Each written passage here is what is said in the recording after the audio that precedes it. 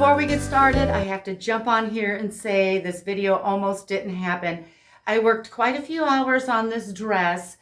Filming takes up a good portion of that, and I hated the sleeves. And I was kind of frustrated. I almost chucked the whole thing, deleted all the video, put the dress in the scrap pile, but my fiance, level-headed as he is, says, just hang on to the footage, you never know. And so today I feel like tackling it. I'm going to change the sleeves. I'm going to show you how silly they looked and what I do to change it. Now in the video, you'll hear me talk about balloon sleeves. Well, I'm changing that to flared sleeves. So try not to be confused when I say balloon sleeves. So let's get rolling. Hi there. Thank you so much for joining me. I'm Tracy, and this is a DIY upcycling channel where we take pre-owned items and turn them into one-of-a-kind purses, clothing, and accessories. And today, I want to make a boho chic maxi dress. Now, I have this vision in my mind. You know, every piece is a new piece for me, so we will see how it turns out. I am starting with this nightgown. It's pre-owned. I got it off of eBay. White nightgowns, I find at my thrift store now and then, and whenever I do, I pick them up because they're like a blank canvas. You can do so much with them. I want to add lots of volume, so I picked up a couple big bed sheets at the thrift store, Goodwill, and that's a lot of yardage for the money. I think mine are like $3.99 a piece, tons of fabric. I'm going to use lace and trims, going to dye this. So let's get rolling. Okay, so the first thing I want to do is cut the neckline. Now this will be the trickiest part because sometimes necklines get a little wonky and fit weird when you cut them. So I may have to do some cutting, try on, and make some adjustments. But my plan is just to have a pretty neckline that kind of comes to my shoulders about right here. Okay, I have kind of a messy line because I'm kind of changing my mind as I work on it. Okay, so I think I will cut it. I'll go from here to about here. Now your neckline is going to be totally different, so there is no perfect way to tell you how to cut yours if you want yours even cut. And so I'm only doing half because I'm going to fold this in half and cut both sides at the same time. Now I'm folding it in half, taking the front center and laying it out this way. Now I'm going to take my time and line that neckline up perfectly. Okay, so here's my neckline. Here's that blue line I drew. I'm just going to cut alongside it or on top of it. Okay, and I lucked out. This is exactly what I wanted. All right, off to a good start. Okay, so now I want to sew some lace around that neckline. And I got this tablecloth off of eBay. And on the long side, I'm going to cut a 7-inch wide strip. Okay, here's my 7-inch strip. This end is nice and finished. This edge is raw.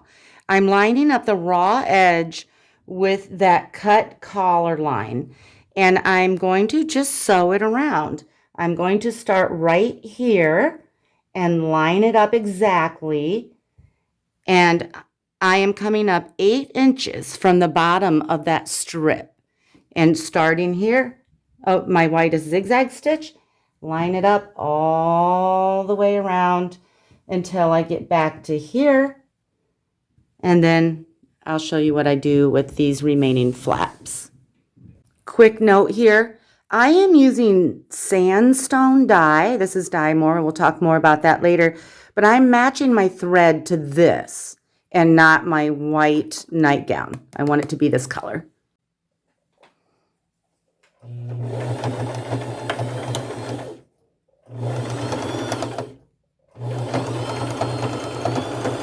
Okay, I got this all sewn on. And I trimmed this side so that it's tucked underneath of this side. And now I have a raw edge right here. I'm going to pin that, and with a straight stitch, I'm going to take it to my machine and sew that completely closed, and I will be sewing the nightgown as well. All these pieces together.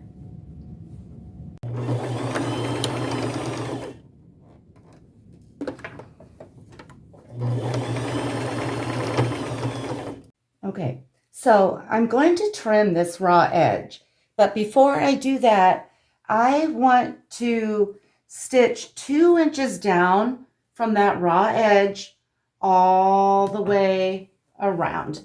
And I don't need to mark this or pin this. There's a mark on my sewing machine that shows me where 2 inches is, and I'll just go ahead and get that done.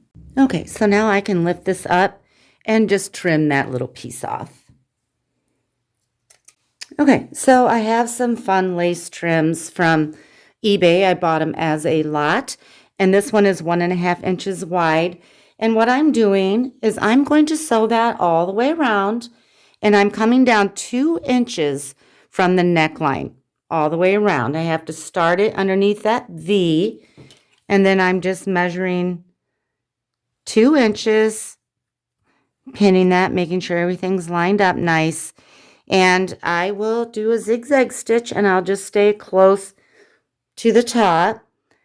If it flips up on the side or anywhere, I may have to run another stitch about 3/4 of the way down to keep that nice and flat, but we'll have to see.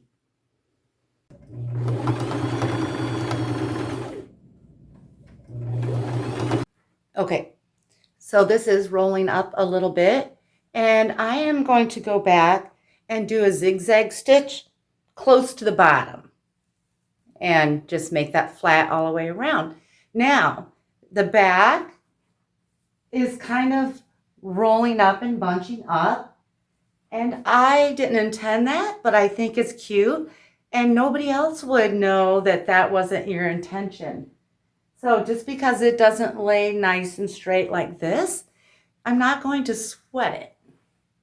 Cute. Okay, this is all sewn on. And now I have this piece of lace. It's about 1/2 inch wide. And I am going to sew it around this raw edge. And I'm going to have the ruffle part facing towards the neck to hide as much of that frayed edge as I can. And so I'll just start at the very bottom of the V, and I'm going to use my zigzag stitch, and I'm just going to sew that all the way around.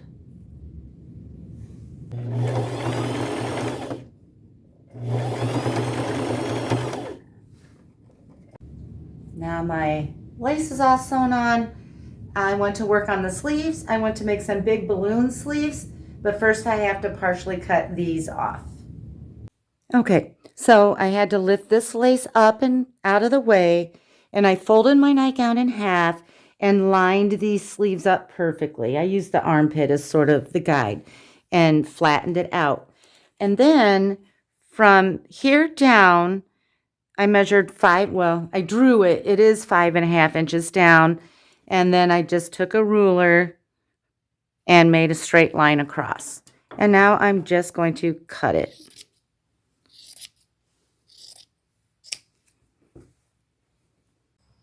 Okay, so the first set of sleeves didn't turn out. And this is what they look like. I love poodles and I love the artistry of their haircuts, but I don't want to look like one. And I feel like the balloon should have been a lot bigger. I don't know. It had cute potential, but I just feel kind of silly going to cut these off and start all over and make a flared sleeve. So I'm going to cut this off from here to here. This is the original sleeve that was on the nightgown. Now I sewed this on, and I'm going to just cut it off.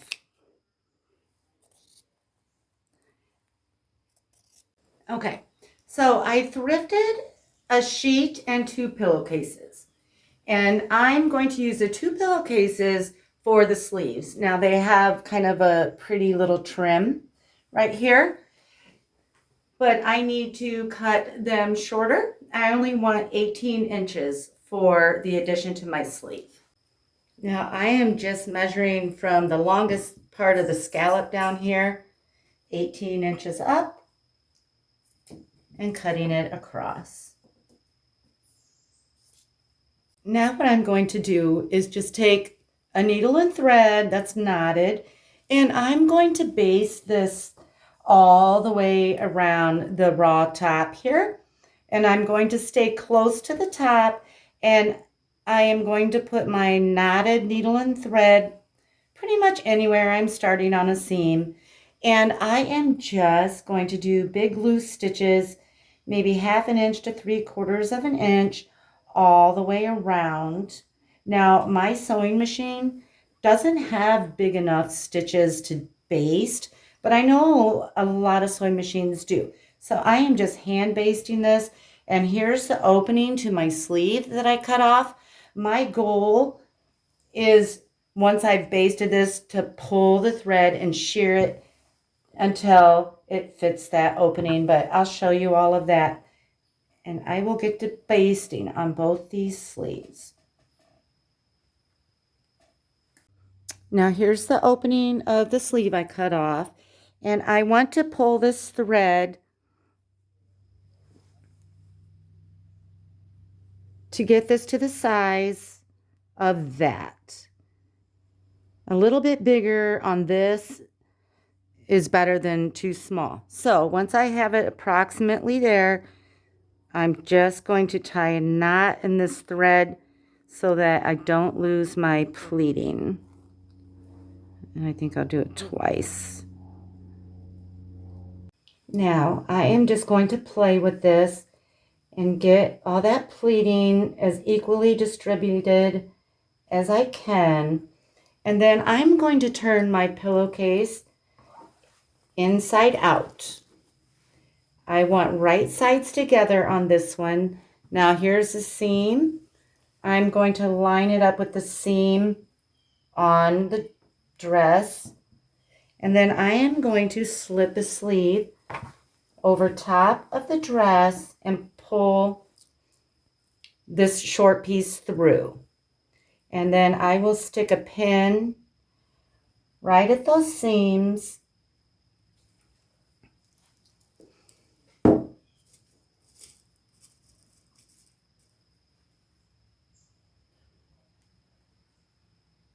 So this is where I pinned by the seam. Now I'm going to come to the opposite side and stick a pin. I feel like if I pin those 2 sides, it helps with all the rest of the pinning. So I'll get a pin stuck in here. And then I am just going to go around and pin the rest of it together. I'll put quite a few pins in here because this is pretty thin.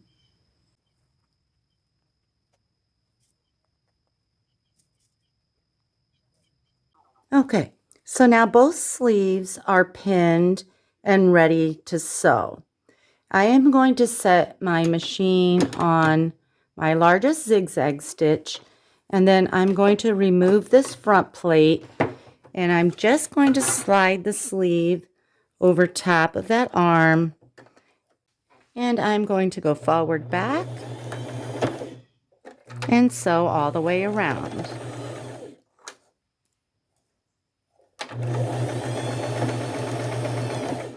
I'm just staying close to the edge. Basically, the side of my presser foot is lined up with the edge of the sleeve. Now I have these all sewn on.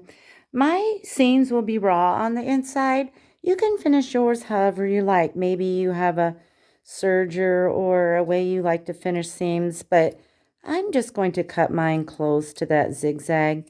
I'm just going to trim it up all the way around.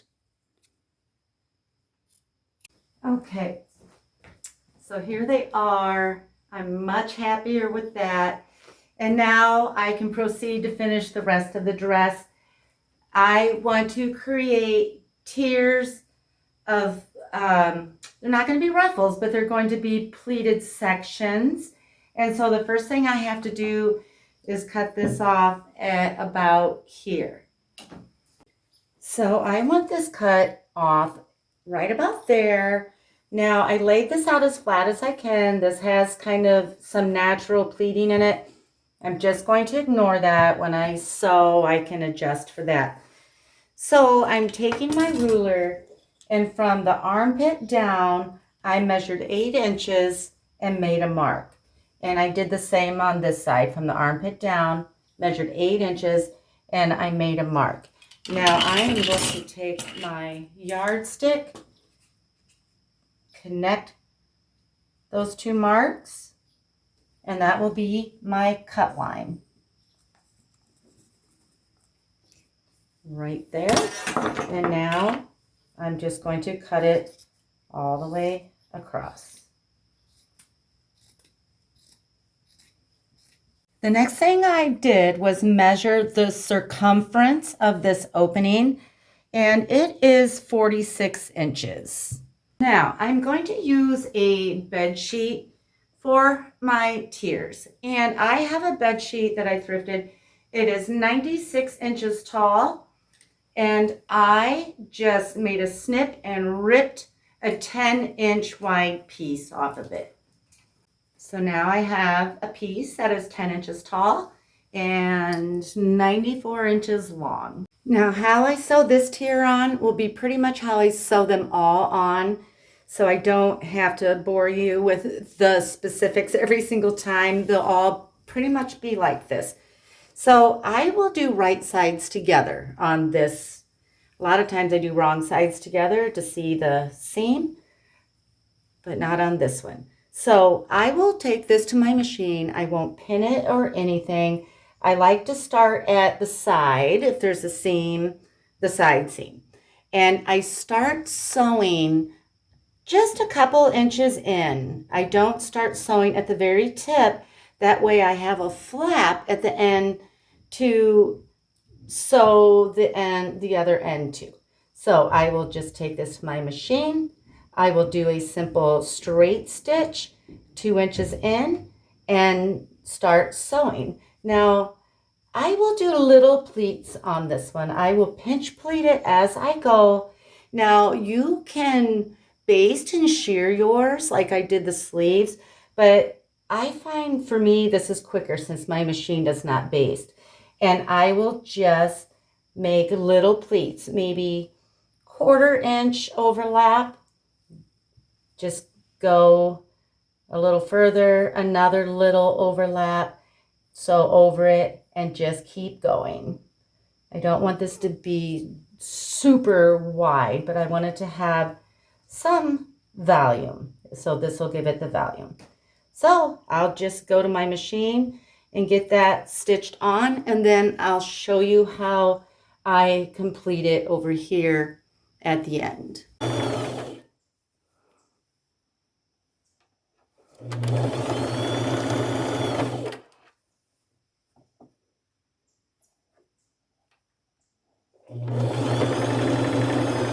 Okay, I almost have it all sewn on. Now I have to piece the two together, where we started and where we end. Now this is where we started. I left a little flap right there. Now I stopped about right here when I was sewing. Now I need to cut from where I stopped. I suppose there's 2 inches right there. I'm going to cut about 3 inches over, giving me room for seam allowance, because I'm going to sew these two together, right sides together. And then when I get that all sewn, I'll slide the whole piece back into my machine and sew up that, continue the stitching and sew up that hole. Now I'm taking those 2 ends, right side together, and I'm using a 1/4 inch seam allowance on basically all of this. I'm just going to go forward, back, and just sew that together.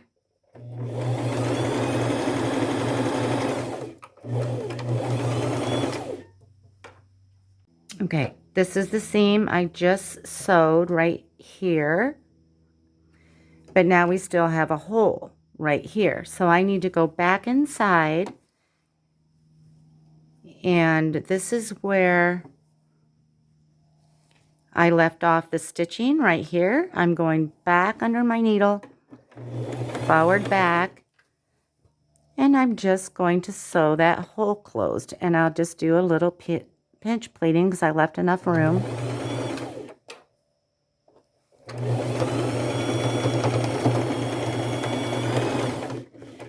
And now that tier is all finished.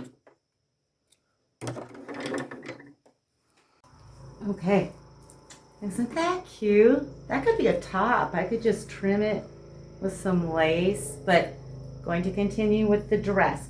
So this seam that I just sewed right here, I have this whole box of lacy trims that I got from eBay. A lot of times I'll buy lace and trims as a lot, L-O-T, and you can get some really good deals.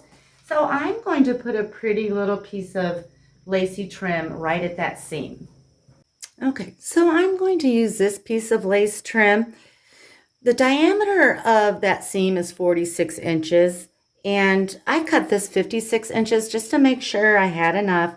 I always err on the side of going too big rather than too small. Now I measured up from the bottom of one scallop 1 inch. Now this has a nice little pattern that once I make that snip, I can follow that pattern all the way down. I don't want it this big, so I am just cutting a smaller, cuter piece to sew onto that seam. Okay, so here's the seam I just sewed, and I will just take my lace. I'll start over on one of the sides, and I will overlap this piece about 1/8 of an inch over top of that seam. And then I will sew with a straight stitch right on that seam all the way around. And I'm not going to do any pleating with this. I don't want it to be real cutesy and ruffly. I just want it to have some lace detail. So when I get back at the end, I'll just take the opposite end and overlap it.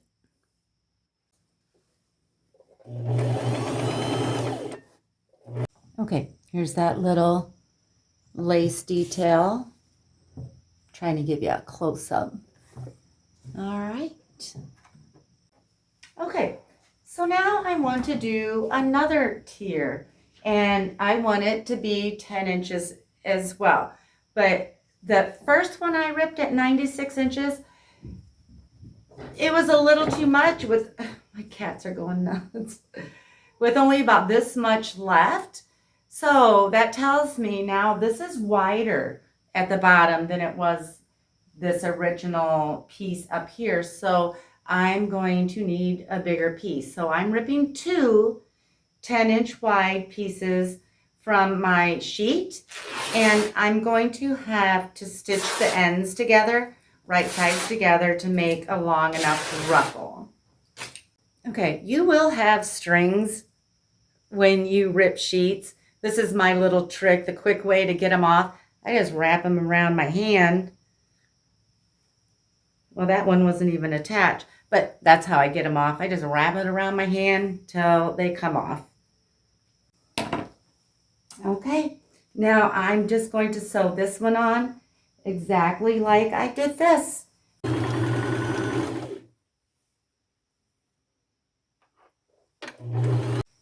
Okay, so now I have this one sewn on. I think I'm loving this. So I have this lacy trim. It was in that box from eBay, 99 cents for the whole roll. So that tells you this is probably kind of old. Well, it has a little band at the top, and I'm going to sew right along that, right on top of that seam that I just sewed here.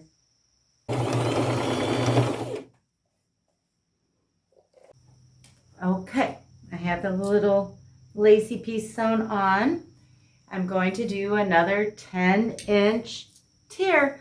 And this time I'm going to rip 3 strips of 10-inch sheet just to be safe. Okay, it's getting longer and longer. Now I have this piece of lace that I thrifted from Goodwill, and it's very beautiful. To me, it looks like maybe somebody who makes wedding dresses or something, or veils, had this left over, because it's pretty much just a pure piece of lace, not a curtain or anything. Anyway, I cut 4 1-inch strips the long way off of that. And now I want to decorate this seam that we just showed or sewed on, and I'll show you what I do. First of all, let me correct myself. I said 1 inch, I meant 1.5. Now, I am going to show you on this blue sort of what I do, because it's too hard to see on the white. So on this seam, I will be sewing right down the center of these strips. But what I'm going to do is pleat them quite a bit as I sew. So I'll stick my needle in, do a pleat maybe there, because I want this really pleaty. And I'll just sew, pleat until I have sort of this ruffly looking thing. And I think that'll be really pretty right there. I'm starting with 4 strips. I may need more, so I'll get that done.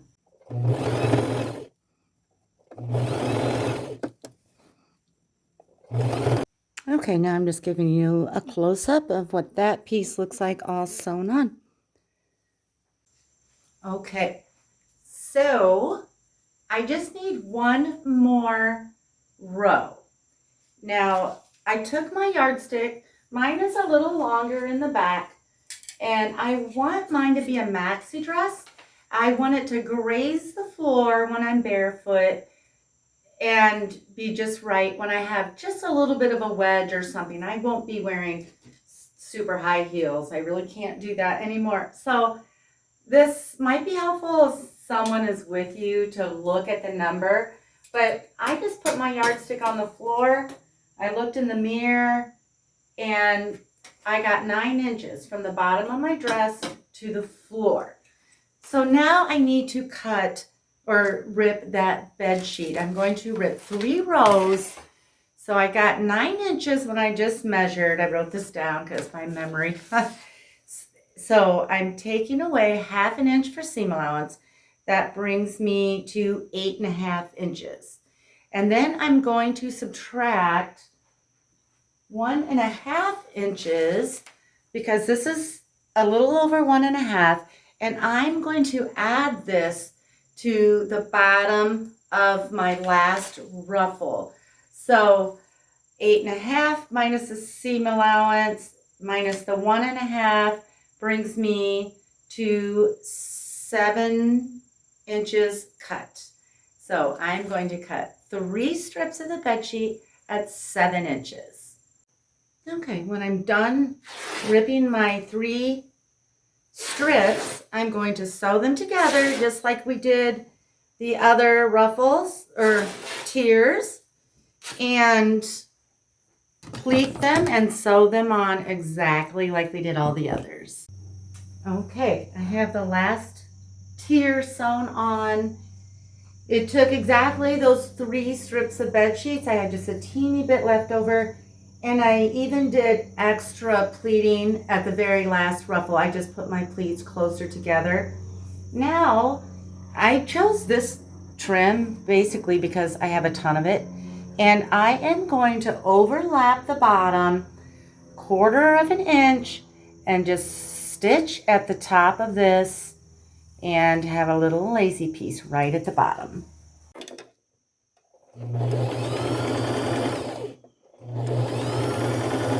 Okay, all done sewing. Very pretty. I'd say prairie-ish. Okay, so we're gonna go upstairs and dye it on my stovetop now. And my original gown is thin. So I thrifted this slip and I am going to dye it with the dress. And then after everything is dry, I'm going to put the slip on. And then I'm going to put the dress on. Now the dress will come off the shoulders some. So I am going to take the straps from my slip and I'm going to pin them right at the top off the shoulder where the dress hits underneath.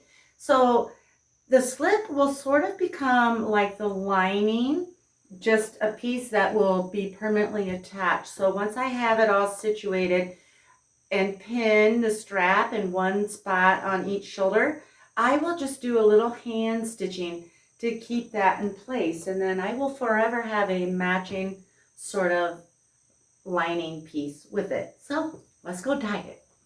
Okay, so I'm designating this oversized men's button-up shirt from the thrift store as my new art shirt. So it's okay if I get it splashed on or whatever. I'll use it from now on when I bleach or dye. So I took a pot. Mine's a little undersized. It should be a little bigger. But I filled it to about here with water. And I brought it to almost simmering. Now I'm going to use Rit Dyemore sandstone. Let me see if this is the one. Yeah. And I bought 2 bottles because this is fall and I didn't know if one would be too light, but I'm just going to go ahead and pour it in now. Now this is for synthetics, and I knew some of the laces and trims on my gown were going to be synthetic, so that's why I chose this. Looks pretty brown. I'll show it to you in a second here. I shook this up really well before I poured it in, and now I'm going to stir this, and I'm using a metal spoon because plastic will dye along with everything else. That's what my water looks like.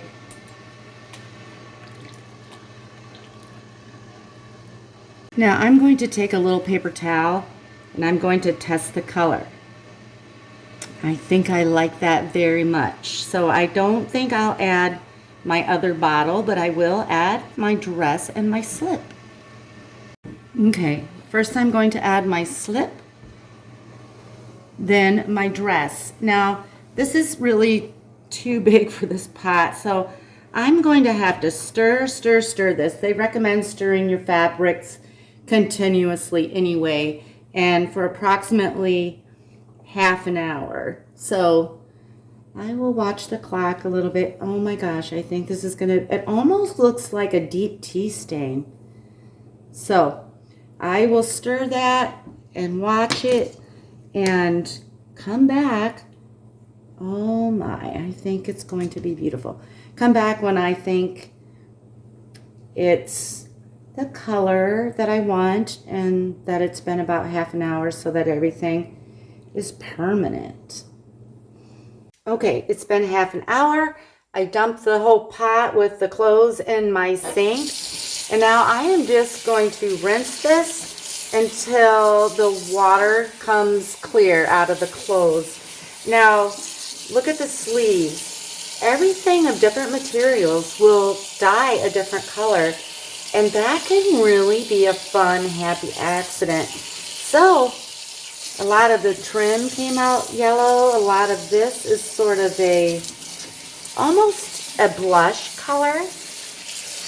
Very fun. Let's see what the slip.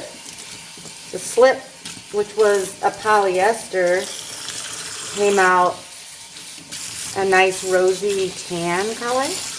Okay, I'll get this all rinsed and wrung out and drying on my drying rack. And next time you see me, I will be wearing it.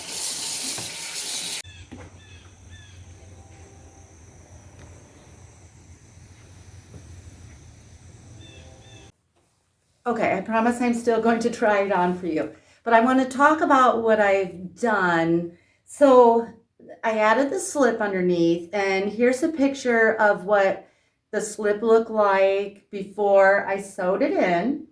And then when I woke up in the morning and I looked at it and it was all dry, I lifted it up and I was like, oh my gosh, this looks like a dingy old nightgown.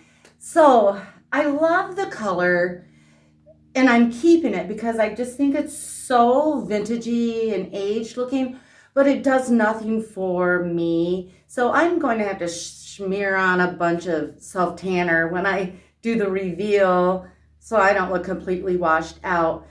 I also added some more lace. So luckily I had that other bottle of the dye that I dyed this with, and I dyed some extra lace.